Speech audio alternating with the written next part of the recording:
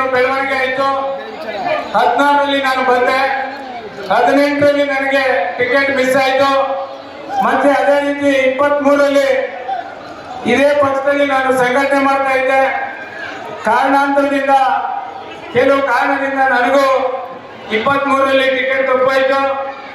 ಅದರಂತೆ ನಮ್ಮ ರಾಷ್ಟ್ರೀಯ ಪಕ್ಷ ಬಿಜೆಪಿ ಪಕ್ಷದ ಕಾರ್ಯಕರ್ತರು ಮತ್ತೆ ಪಕ್ಷದ ಅಭಿಮಾನಿಗಳು ನನ್ನನ್ನು ಬಿಜೆಪಿ ಪಕ್ಷಕ್ಕೆ ಕರೆದು 20 ದಿನದಲ್ಲಿ ಚುನಾವಣೆ ಮಾಡಿ ನಮ್ಮ ಅಭಿಮಾನಿಗಳು ಬಿಜೆಪಿ ಪಕ್ಷದ ಕಾರ್ಯಕರ್ತರು ಎಲ್ಲರೂ ಸೇರಿ ನನಗೆ ಕೇವಲ 20 ದಿನದಲ್ಲಿ 50,000 ಮತ ಕೊಟ್ಟು ನನ್ನ 2ನೇ ಸ್ಥಾನಕ್ಕೆ ತಂದರು. ಅದರಿಂದ ಈ ಕ್ಷೇತ್ರದ ಜನ ನನ್ನ ಮೇಲೆ ಪ್ರೀತಿ ಇಟ್ಟಿದ್ದಾರೆ. 50,000 ಜನ ನನಗೆ ಮತ ಕೊಟ್ಟಿದ್ದಾರೆ. ಅವ್ರ ಜೊತೆ ನಾನು ನಿಲ್ಲಬೇಕು. ಕಷ್ಟನೋ ಸುಖನೋ 10 ವರ್ಷ ತುಂಬಿಸಿದ್ದೀನಿ. ನಾವು ಇಲ್ಲಿ ಇರೋವರೆಗೂ ನಮ್ಮನ್ನ ನಂಬಿರುವಂತ ಜನನ ನಾವು ಕೈ ಬಿಡಬಾರ್ದು ಅಂತೇಳಿ ಈಗ ಹೆಗ್ಗಿಡದೇವನಕೋಟೆ ತಾಲೂಕಲ್ಲಿ 10 ವರ್ಷದಿಂದ ಕೆಲಸ ಮಾಡ್ತಾ ಇದ್ದೀನಿ. ಅದೇ ರೀತಿ ಕಳೆದ ಜನವರಿ ಹೊಸ ವರ್ಷದಲ್ಲಿ 25ರ ಹೊಸ ವರ್ಷದಲ್ಲಿ ಕುಮಾರಣ್ಣವ್ರಿಗೆ ವಿಶ್ ಮಾಡಲಿಕ್ಕೆ ಅಂತ ದೆಹಲಿಗೆ ಹೋಗಿದ್ದೆ ನಾನು. ಅವಾಗ ನನಗೆ ಸಾರಾ ಮಹೇಶಣ್ಣವರು, ಹರೀಶ್ ಗೌಡರು, ಮಹದೇವಣ್ಣವರು, ಅಶ್ವಿನ್ ಕುಮಾರ್ ಅವರು ಎಲ್ಲರೂ ಸೇರಿ ನಮ್ಮನ್ನ ಪಕ್ಷಕ್ಕೆ ಕರ್ಕೊಂಬರ್ಬೇಕು ಅಂತೇಳಿ ಮಾತುಕತೆ ಆಯಿತು. ಅದೇ ರೀತಿ ಕುಮಾರಣ್ಣವರು ನಮಗೆ ಕುಮಾರಣ್ಣವರ ನನ್ನ ಬಾಂಧವ್ಯ ಅದು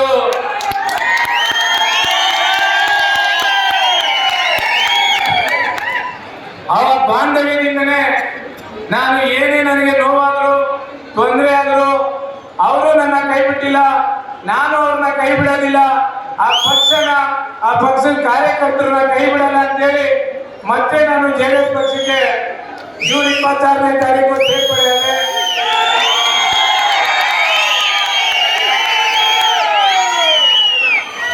ಅದೇ ರೀತಿ ಕಚೇರಿಗೆ ಬರೋ ದಿನವೂ ನನಗೆ ಅದ್ದೂರಿ ಸ್ವಾಗತ ಕೋರಿದ್ರಿ, ಎಲ್ಲ ನನಗೆ ಪ್ರೀತಿ ತೋರಿಸಿದಿರಿ. ಇವತ್ತು ಮಾರ್ಚ್ ತಿಂಗಳಲ್ಲಿ ಕುಮಾರಣ್ಣವರು ಈ ಕ್ಷೇತ್ರಕ್ಕೆ ಬರಬೇಕಾಗಿತ್ತು. ಕ್ಷೇತ್ರಕ್ಕೆ ಸ್ವಲ್ಪ ನಿಖಿಲ್ ಕುಮಾರಸ್ವಾಮಿಯವ್ರನ್ನ ಕಳಿಸ್ಕೊಡ್ತೀನಿ. ಮೇ ಮತ್ತೆ ಜೂನ್ಗೆ ಬರ್ತೀನಿ ಅಂತ ಹೇಳಿದರೆ ನಾನು ಕರ್ಕೊಂಡ್ಬರ್ತೀನಿ. ಅವತ್ತು ಈ ತಾಲೂಕಿಗೆ ಒಂದು ಹಸಿವು ಮುಕ್ತ ಕಾರ್ಯಕ್ರಮ ಕೊಡಬೇಕು ಅಂತ ಹಿಂದೆ ಏನು ನಾನು ಅಪ್ಪಾಜಿ ಕ್ಯಾಂಟೀನ್ ತೆರೆದುಕೊಂಡಿದ್ದೆ. ಕಾಲೇಜು ಮಕ್ಕಳಿಗೆ, ಕೂಲಿ ಕಾರ್ಮಿಕರಿಗೆ ಮತ್ತೆ ಬಡವರಿಗೆ ಅನುಕೂಲ ಆಗಲಿ ಅಂತ ನಾನು 2022ರಲ್ಲಿ ಒಂದು ಅಪ್ಪಾಜಿ ಕ್ಯಾಂಟೀನ್ ನಾನು ತೆರೆದಿದ್ದೆ. ಕೇವಲ 10 ರೂಪಾಯಿಗೆ ಊಟ ಕೊಡುವಂಥದ್ದು ಬಡ ಮಕ್ಕಳಿಗೆ ಮತ್ತೆ ಕೂಲಿ ಕಾರ್ಮಿಕರಿಗೆ ಅನುಕೂಲ ಆಗಲಿ ಅಂತೇಳಿ ನಾನು ಆ ಕಾರ್ಯಕ್ರಮ ಕೊಟ್ಟಿದ್ದೆ.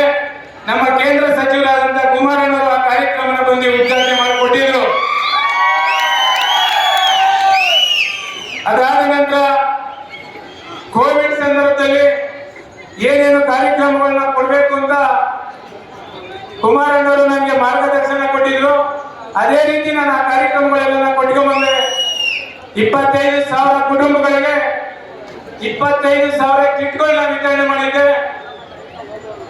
3,000 ಜನ ಕೋವಿಡ್ ಇಂದ ತತ್ತರಿಸಿದಂತ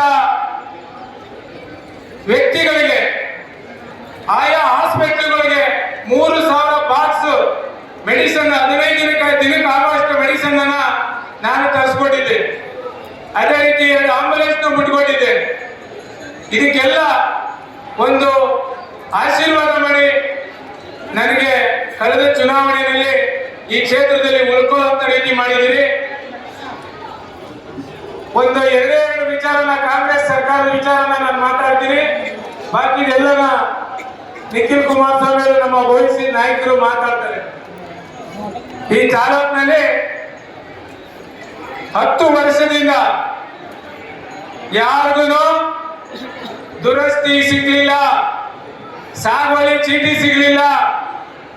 ಒಂದೊಂದು ಎಕರೆಗೆ 1 ಲಕ್ಷ ರೂಪಾಯಿ ತಾಲೂಕು ಕಚೇರಿಯಲ್ಲಿ ವಸೂಲಿ ಮಾಡ್ತಾ ಇದ್ದಾರೆ. ಅಯ್ಯಪ್ಪ ಬಂದಿದೆಯೇನಪ್ಪ, ಸಭೆ ಮಾಡೋ ಅಯ್ಯಪ್ಪ.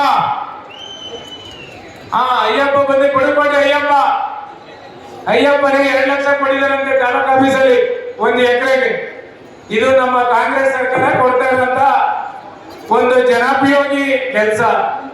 ಗ್ಯಾರಂಟಿ ಕೊಡ್ತೀವಿ ಅಂತೇಳಿ ಎಲ್ಲದ್ರ ಮೇಲೆ ಬೆಲೆ ಜಾಸ್ತಿ ಮಾಡಿ ಎಲ್ಲರ ಜೋಬು ಕೈ ಹಾಕಿ ನಿಮ್ಗೆ 2,000 ಕೊಡ್ತಾ ಇದ್ದಾರೆ. ಆದ್ರೆ ಕುಮಾರಣ್ಣವರು 2 ಲಕ್ಷ 3 ಲಕ್ಷ 4 ಲಕ್ಷನ ಕೋಟಿಗಟ್ಟಲೆ ಸಾಲ ಮನ್ನಾ ಮಾಡಿಕೊಟ್ರು ನಿಮಗೆ.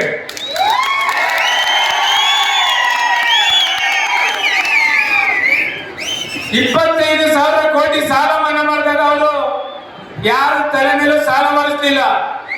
ಇವರು 2,000 ರೂಪಾಯಿ ಗ್ಯಾರಂಟಿ ಕೊಡ್ತೀನಿ ಅಂತ ಹೇಳಿ 8.9 ಲಕ್ಷ ಕೋಟಿ ಸಾಲ ಮಾಡಿದ್ದಾರೆ. ಆ ಸಾಲ ತೀರ್ಸಕ್ಕೂ ಆಗಲ್ಲ, ನಮ್ಗೆ ಗ್ಯಾರಂಟಿನ ಮುಂದುವರ್ಸಕ್ಕೂ ಆಗಲ್ಲ. ಅವ್ರ ಕೈಲಿ 10 ರೂಪಾಯಿಗೆ ಸಿಗ್ತಾಯಿತ್ತು ಪಾಣಿ, 25 ರೂಪಾಯಿ ಮಾಡಿದ್ದಾರೆ. ರಿಜಿಸ್ಟ್ರೇಷನ್ ಫೀಸ್ ನ ಜಾಸ್ತಿ ಮಾಡಿದ್ದಾರೆ. ನಿಮ್ಗೆಲ್ಲ ಗೊತ್ತಿದೆ. ನೋಂದಣಿಕಾರಿಗೆ ರಿಜಿಸ್ಟರ್ ಆಫೀಸ್ಗೆ ಹೋದ್ರೆ ನಿಮ್ಗೆ ಎಷ್ಟು ಖರ್ಚು ಬರ್ತಾರೆ ಅಂತ ತಮ್ಗೆಲ್ಲ ಗೊತ್ತಿದೆ.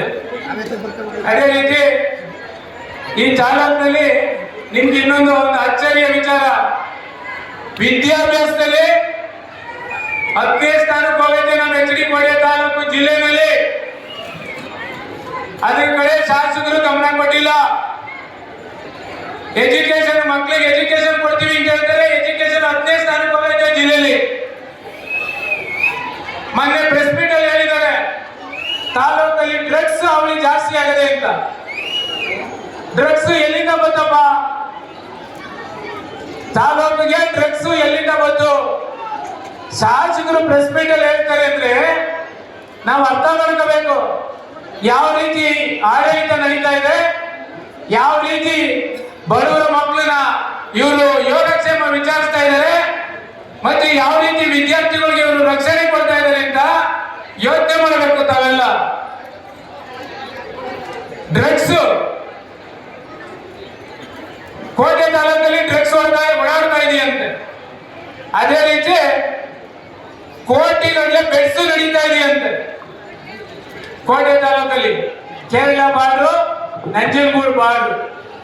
ಇದು ನಾವ್ ಹೇಳಿಲ್ಲ, ಪತ್ರಿಕೆಯಲ್ಲಿ ಹೇಳಿದ್ದಾರೆ, ಮತ್ತೆ ಈ ಕ್ಷೇತ್ರದ ಜನ ಹೇಳಿದ್ದಾರೆ. ಜೂಜಾಟದ ಅವಳಿ ಜಾಸ್ತಿ ಆಗೈತೆ ಇಲ್ಲಿ ಅಂತ. ತಾಲೂಕು ಕಚೇರಿಗೆ ನೀವ್ ಯಾರಾದ್ರೂ ಹೋದ್ರೆ ನೀವ್ಯಾರು ಒಳಗಡೆ ಹೋಗಂಗಿಲ್ಲ. ಅದರಲ್ಲಿ ಆದಂತ ಏಜೆಂಟ್ಗಳು ಬಿಟ್ಟಿದ್ದಾರೆ. ಎಕರೆಗೆ 1 ಲಕ್ಷ 2 ಲಕ್ಷ ನೀವು ದುಡ್ಡು ಕಮಿಟ್ ಮಾಡಿದ್ರೆ ಮಾತ್ರ ಅವರು ಒಳಗಡೆ ನಿಮ್ ಡಾಕ್ಯುಮೆಂಟ್ ಈಚೆ ಬರ್ತದೆ. ಇಲ್ಲ ಅಂದ್ರೆ 10 ದಿನ 15 ದಿನ ಅಲ್ದು ನೀವೇ ಸುಸ್ತಾಗಿ ಕೊನೆಗೆ ಕಮಿಟ್ಮೆಂಟ್ ಮಾಡಬೇಕು ಅಂತ ಪರಿಸ್ಥಿತಿ ಆಗಿದೆ. ಅದರಿಂದ SCP TSP ಈ ಕ್ಷೇತ್ರದಲ್ಲಿ SC ST ಜನ ತುಂಬಾ ಇದ್ದಾರೆ. 75ರಿಂದ 80 ಸಾವಿರ ಇದ್ದಾರೆ.